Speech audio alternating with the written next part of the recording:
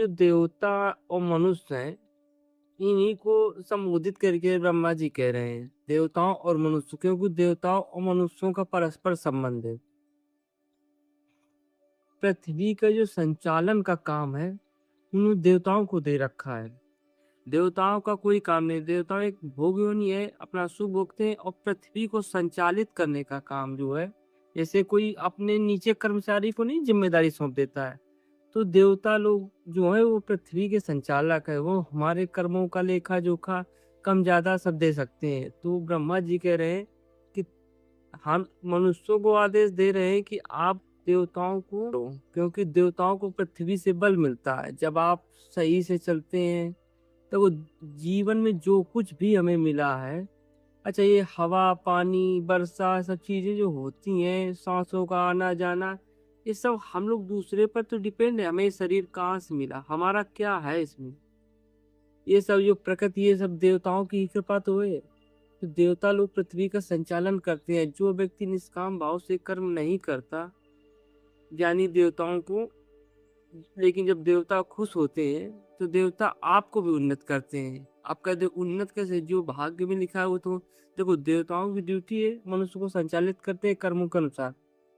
आप ज्योतिष शास्त्र है, वो सब 9 ग्रहों पर आधारित है टोटल्स है। यमराज दंड देते हैं, तो जितने देवता हैं, वर्षा का अलग देवता, वायु का अलग देवता, अग्निदेव, ये सृष्टि देवताओं के बल पर ही चल रही है।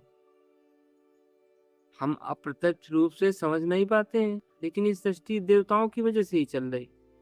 देव तो जब हम उनकी आराधना करते हैं भाई, जब हमें इन्हीं से मिला तो हमें लौटाना नहीं पड़ेगा इनको। यानी निष्काम भाव से हम काम करते हैं या यज्ञ करते हैं आहुति वाला, तो देवता लोग फलों को कई गुना बढ़ाकर भी दे सकते हैं। जैसे मान लो आपने खेत में गेहूं बोया, तो खाद बीज डालने से आदमी उसमें पैदावार बढ़ नहीं जाती। ऐसे ही जो हमारे कर्मों में लिखा है भाग्य में, वो तो होना ही है, लेकिन ये लोग बढ़ा घटा भी सकते हैं। इनमें पावर है वो चीज की। इसीलिए कह रहे हैं कि जब आप प्रकृति का दोहन करते हैं, प्रकृति में नियम से नहीं चलते संसार में, तो इससे शरीर, इसका संतुलन बिगड़ता है। जब संतुलन बिगड़ता है तो फिर देवताओं को दिक्कत होती है। या प्रकृति पृथ्वी का संतुलन बिगड़ेगा, उनकी बनाई व्यवस्था है, तो सब स्वाभाविक है वो उतना तो खुश नहीं होंगे। इसीलिए ब्रह्मा जी ये आदेश दे रहे हैं कि देवताओं को भी मनुष्यों को, कि आप एक दूसरे को परस्पर उन्नत करें।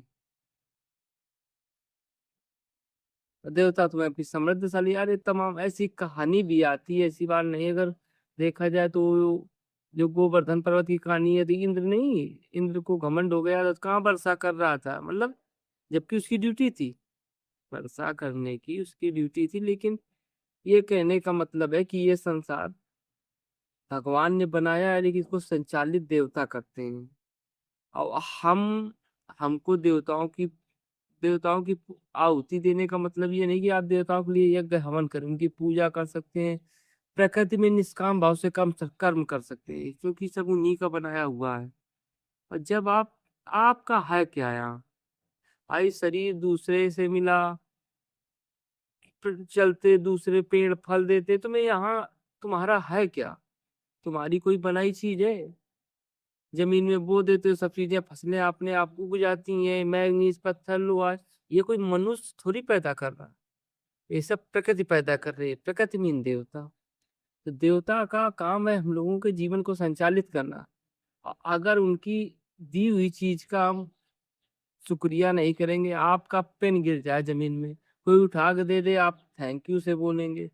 आज जब आपको इतना बढ़िया शरीर मिला, सब चीजें मिली, सब वो घर सामग्री उपलब्ध है, अब तब भी आप उस परमात्मा को धन्यवाद नहीं बोलेंगे, उसका शुक्रिया नहीं अदा करेंगे, तो बताइए कैसे बन पाएगा? तो इस श्लोक का कहने का मतलब यही है, मनुष्यों और देवताओं की बात इसमें हो रही है कि आप एक दूसरे को उन्नत करिए। अब वो हमें, मतलब हमारे, जब हम उनके प्रति कृतज्ञ रहेंगे तो वो हमारे प्रति कृतज्ञ रहेंगे।